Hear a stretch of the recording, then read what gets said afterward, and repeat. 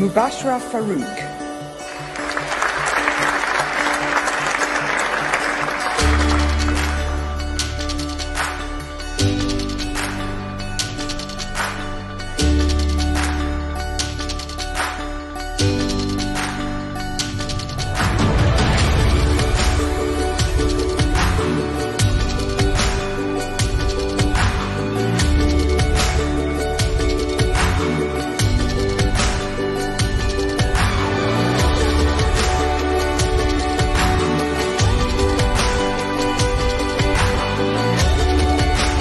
Today, in our interview series, we have with us Ma'am Mubashra Farrukh.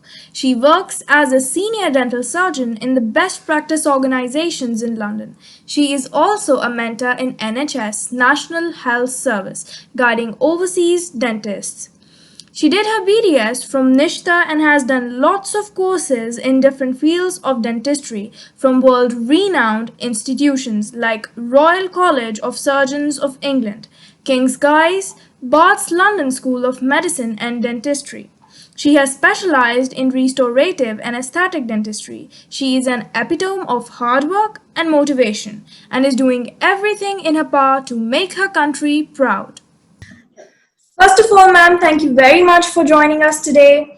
Ma'am, we see you as a very motivated person. When you applied for the first time, you weren't accepted in a medical college. You could have gone for other BS program, but you planned to fight. So, ma'am, why did you again went for medical? Okay, so medical profession for generation has been considered a way to serve the humanity, and my parents, both mother and father, especially the father, really want me to be in the medical field. At the time when I did my FSC, it was a time when we don't have all these private colleges and everything, so we have to work very hard to secure our place in one of the government college to be in the medical or the dental line. And first time I didn't did it, but the easy way was to just to start the BSc or the pharmacy, which I started. But then I say, oh, my father always wishes me to go in the medical line. So I thought, okay, let's give it a one more try. And I did it, and I secured my place in one of the medical college, where I did the dentistry.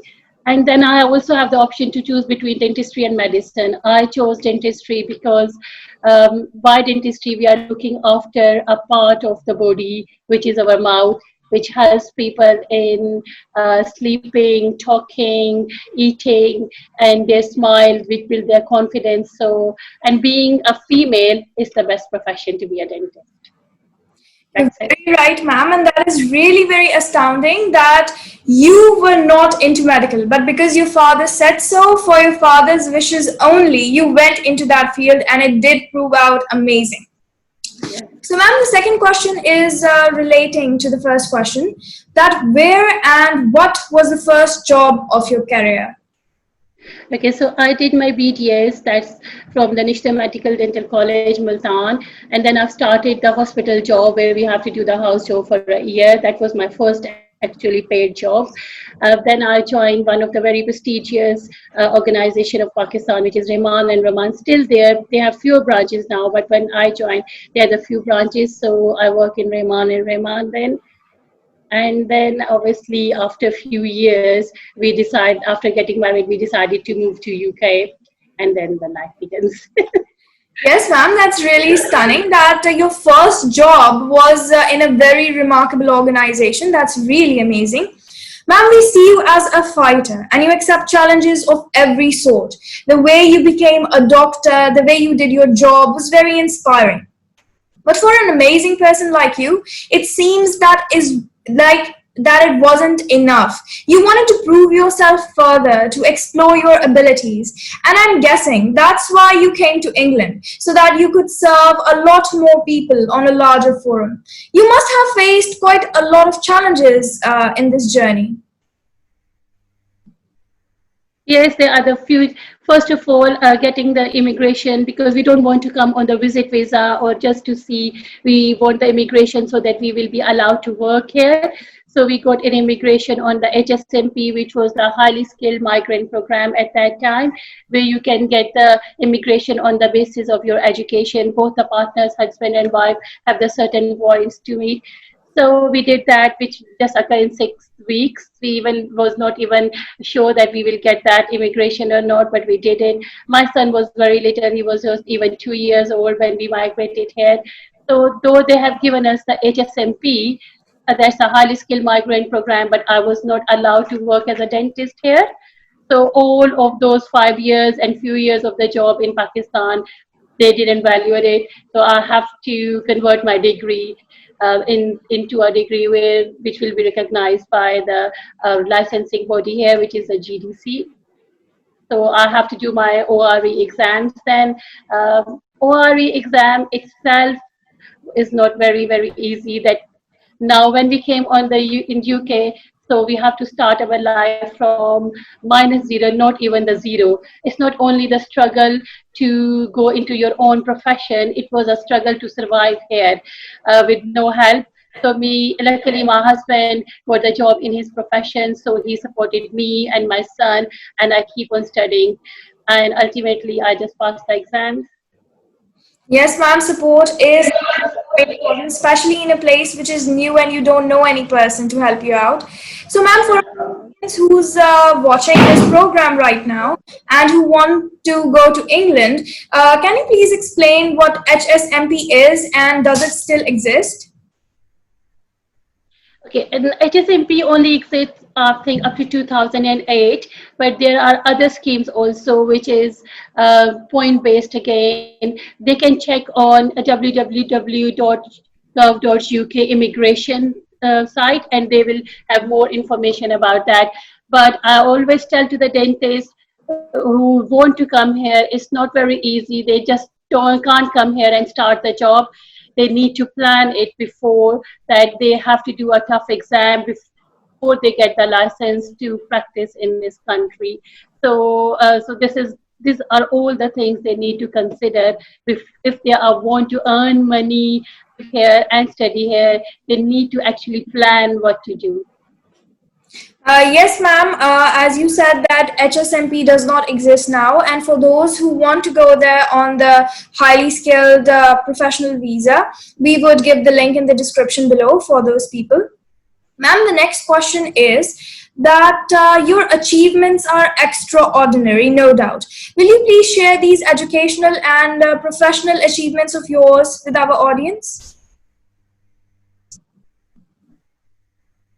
Okay, so when I came in, although as I've told you before, I've done my bachelor's, that is the BDS, from the National Medical and Dental College. After coming in this country, we have to give exams, which has at that time has the 4 parts. So we can get recognized here, which is through their governing body, that is the GDC, Journal Dental Council. So now I can practice most of the countries in the world except America and Canada. Oh, I don't have to do their license exam. I can just go and practice here. It's not whole of the world, but most of the countries. Secondly, then I have done loads of courses from Royal College of Surgeons, Kings, and the Guys, which are most very much prestigious organization in dentistry for in the world. And then I've done my master with a specialty in restorative and aesthetic dentistry. So I'm now working as aesthetic restorative dentist, which is very major field in dentistry. Yes, ma'am. And You moreover, because when we came in this country as a dentist, give exams and everything, we still have to do our training here. So the NHS have appoint certain individuals who can mentor the new coming dentists. So I did also, someone mentored me to be in the practice.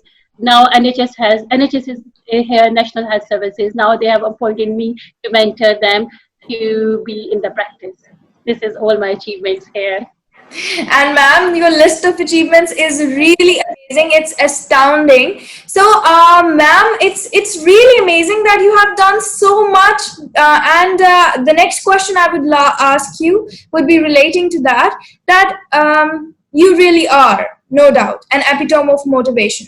So, ma'am, what was your source of motivation? Like how you did all this stuff, there must have been a secret source to your motivation for doing all such amazing stuff. So what actually was it? Okay. Actually, there were the two things. One thing was that my parents have always wanted to be in the medical field, and they have seen me dentist. My father is no more, but when he was alive, he always seen me as a dentist.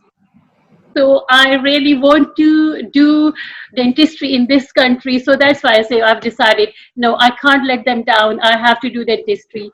Second thing is that because my son started his nursery very early, about when he was about 2.5 year old.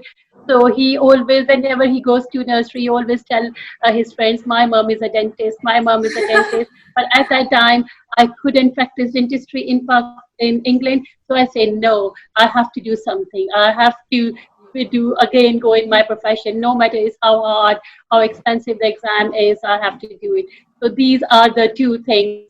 And my husband also, he's always a big motivation for me. He always want me to excel the career, study, and everything. So these are my motivational things to do it. Yes, ma'am, you're very right. So, ma'am, you worked very hard and proved yourself. So, how sweet you found out the uses of adversity. Adversity always bring resilience in yourself. Okay, so if you're resilient, whatever come to you, back of the mind, I have been through the worst and I will go through this.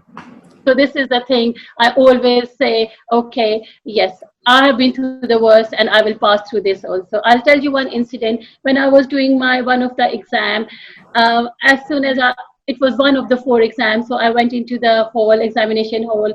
I saw the questionnaire was there. I saw it. I say, Mubashra, it's very tough. You can't do it.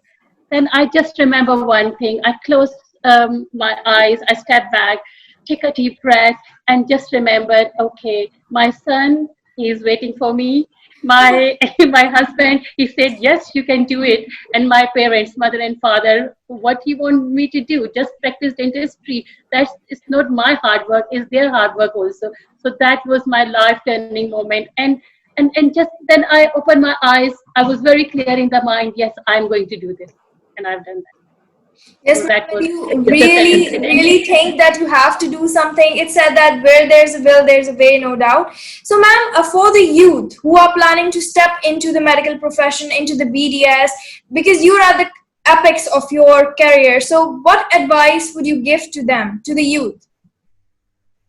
Okay, so in our time, I think the procedure was different. Now you have to do the MCAT and everything. One thing I would say, never be afraid of the failure. Okay, every failure is a step closer to a success or even the bigger success.